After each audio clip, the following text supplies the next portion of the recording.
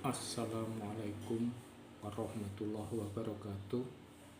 Kali ini saya akan membuat satu video terkait dengan program makan bergizi gratis yang selama ini berjalan dengan tersendat-sendat.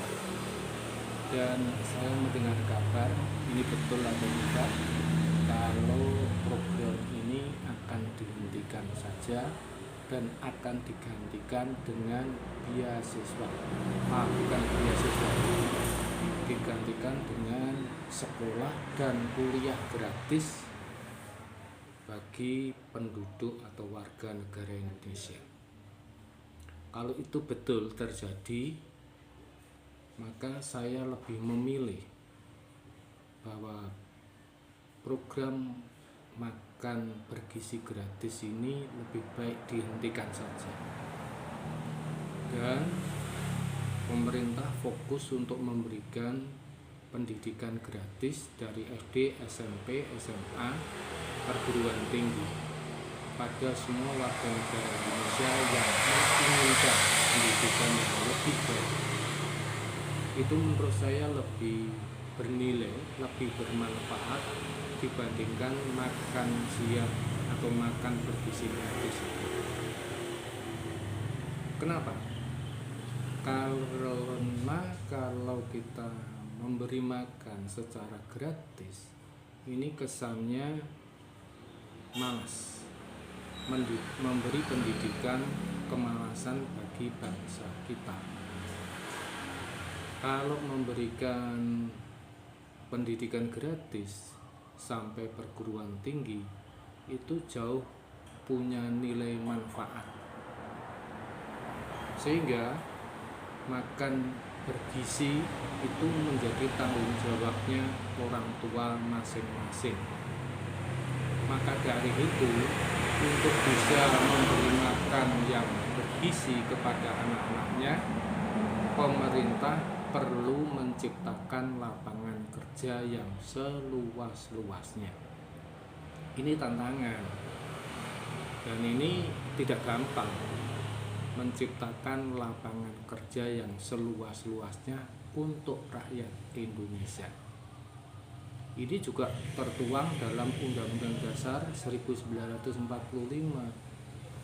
bahwa setiap warga negara punya hak untuk mendapatkan kehidupan yang layak, artinya pekerjaan yang memadai.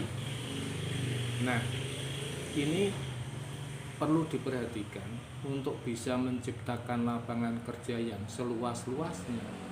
Perlu yang disebut investor asing maupun dalam negeri menanamkan modalnya di Indonesia, membangun pabrik-pabrik di Indonesia, kemudian tenaga kerjanya sebagian besar orang Indonesia, atau paling enggak 80% lah di pabrik itu karyawan orang Indonesia.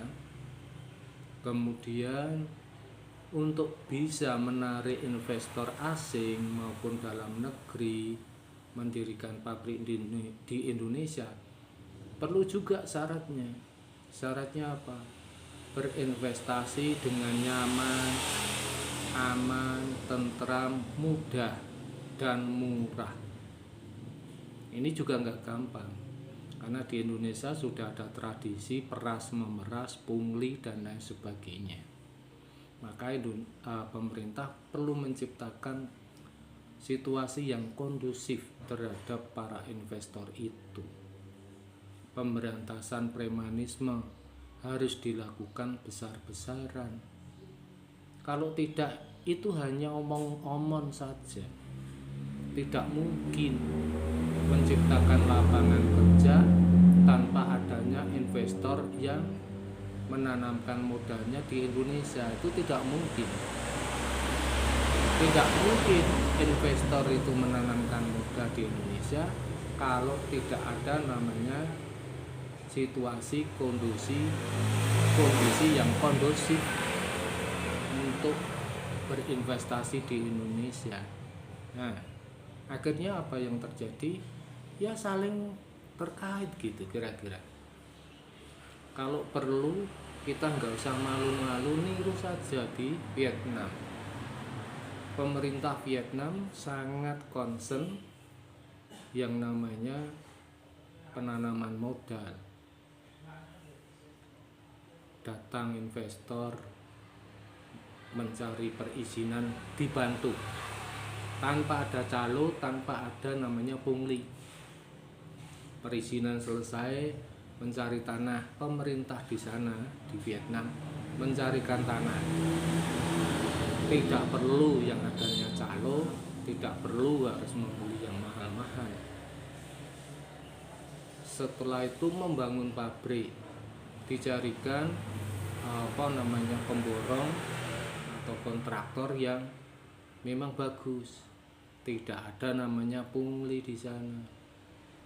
Kalau sudah begitu, pengen tenaga kerja, pemerintah di sana mencarikan, membukakan lowongan kerja untuk karyawan barunya. Tidak ada namanya pungli, tidak ada namanya pemerasan.